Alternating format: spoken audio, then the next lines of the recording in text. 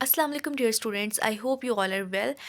Let's start today's lesson. जैसे कि आपको पता है कि हम चैप्टर नंबर 11 स्टार्ट किया हुआ है, तो आज हम उसकी नेक्स्ट रीडिंग स्टार्ट करेंगे। ठीक है।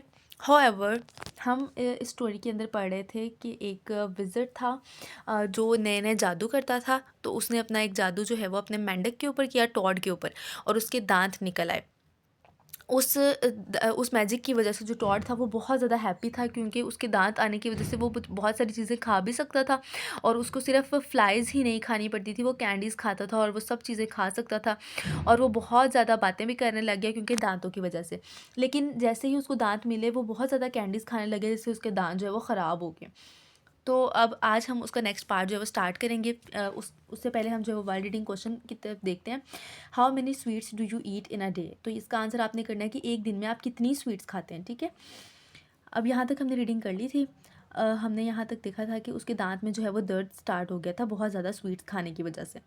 हाउएवर, ताहम the toad did not pay much attention. ठीक है, उसके दांत में दर्द भी हो गया लेकिन फिर भी उसने बहुत तवज्जो ना दी। ठीक है, अटेंशन का मतलब है तवज्जो देना। उसने अपने दांतों की तरफ तवज्जो ना दी, मतलब उनकी केयर नहीं की और उनका ख्याल ना रखा, उनको ब्रश नहीं किया।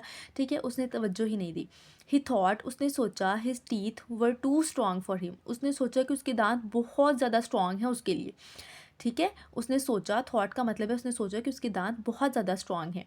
ही लाइक्ड, वो पसंद करता था, एंड इन्जॉयड, और बहुत ज़्यादा इन्जॉय करता था, मज़ा करता था स्वीट्स के साथ। ठीक है, वो जो कैंडीज़ वगैरह और मीठी चीज़ें वो खाता था वो उसको उनको पसंद करता था और बहुत ज़्यादा इन्जॉय करता था, सो मच, बहुत ज़्यादा, that he didn't even try to eat less. इतने ज़्यादा उसको पसंद करता था कि उसने इतनी भी कोशिश नहीं की कि वो उनको कम खाए। ठीक है, उसने बिल्कुल कोशिश नहीं की कि वो उनका इस्तेमाल कम कर दे। उसके दांत में इतनी दर्द थी लेकिन फिर भी वो सब चीज़ें खा रहा था। वन डे, एक दिन, अ टूथ स्टार्ट डिकेइंग, उसका दांत ख़राब होना शुरू हो गया, मतलब उसके अंदर कीड़ा लग गया, दांत दांत जो है वो डिके होना शुरू हो गया, ख़राब होना शुरू हो गया, मतलब बैक्टीरियल अटैक हो गया उसके ऊपर। And slowly the decay spread, और आहिस्ता आहिस्ता जो डिके था, जो ख़राब होना था, वो स्प्रेड होना शुरू हो गया, मतलब वो फैलना शुरू हो गया। आहिस्ता आहिस्ता जो दांत ख़राब होता है वो उसका फैलना शुरू हो गया थ्रू आउट हिज माउथ, उसके पूरे के पूरे मुंह के अंदर। ठीक है, सून, जल्द ही, द टोड फेल्ट, मेंढक ने महसूस किया, that there were holes in all his teeth. उसने महसूस किया कि उसके दांतों में गड़े हैं, यानी कि सुराख बन गए हैं। वो जब डिकेइंग होती है ना, आपको पता है ब्लैक कलर की डिकेइंग होती है दांत के अंदर, तो वहाँ पे होल्स बन जाते हैं, तो उसके दांतों में भी होल्स बन गए। And they were starting to fall out, और उसके दांत गिरना शुरू हो गए। ठीक है, he decided to start looking after them. Looking after का मतलब होता है ख्याल रखना। ठीक है, उसने फैसला किया, डिसाइडेड का मतलब है फैसला करना, उसने फैसला किया कि वो उन दांतों का ख्याल रखना शुरू करेगा। बट बाय देन, लेकिन तब तक, इट वॉज टू लेट, बहुत ज़्यादा देर हो चुकी थी। When his last tooth fail out, जब उसका आखिरी दांत भी गिर गया, मतलब उसके सारे दांत टूट गए, सिर्फ एक आखिरी बचा था वो भी गिर गया। ही लॉस्ट अबिलिटी, उसने अपनी जो he lost ability to talk and eat, और उसने बातें करने की और जो खाने की सलाहियत थी ना, अबिलिटी, वो खो दी। यानी कि दांतों के बगैर ना तो वो बात कर सकता था और ना वो कुछ खा सकता था। नेक्स्ट पेज पे है, पुअर मिस्टर टॉड, बेचारा मिस्टर मेंढक।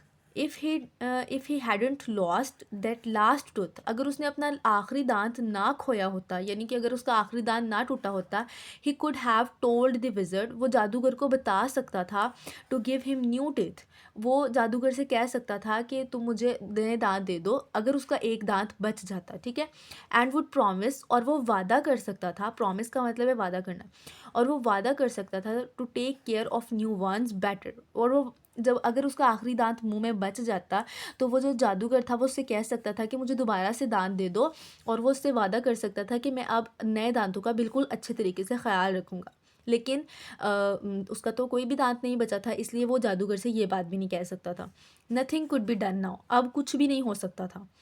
There is nothing more distasteful than eating bugs, bugs को खाने से बद जायका और कोई चीज़ नहीं हो सकती थी। ठीक है, डिसटेस्टफुल का मतलब है बहुत ही बुरा जायका, जिस चीज़ का होता है ना उसको डिसटेस्टफुल कहते हैं। ठीक है, तो वो जो मक्खियाँ वो खाता था, कीड़े मकोड़े खाता था, उनको सिर्फ उसको खाना पड़ना था और उससे डिसटेस्टफुल चीज़ कोई भी नहीं होनी थी। ठीक है, और वो देखेंगे एंड पे दिखाया हुआ कि वो बेचारा रो रहा है। अब यहाँ पे हमारे पास पोस्ट रीडिंग क्वेश्चंस हैं।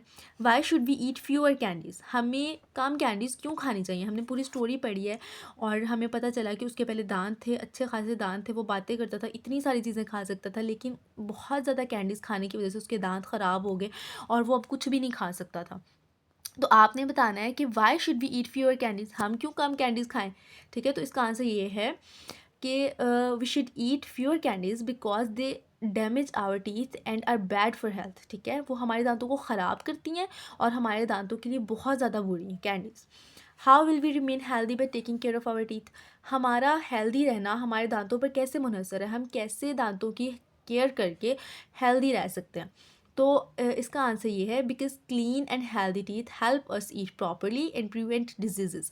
ठीक है, जब हमारे टीथ हेल्दी होंगे, क्लीन होंगे, तो वो हमें बीमारियों से बचाएंगे। ठीक है, टेक केयर, अल्लाह हाफिज़।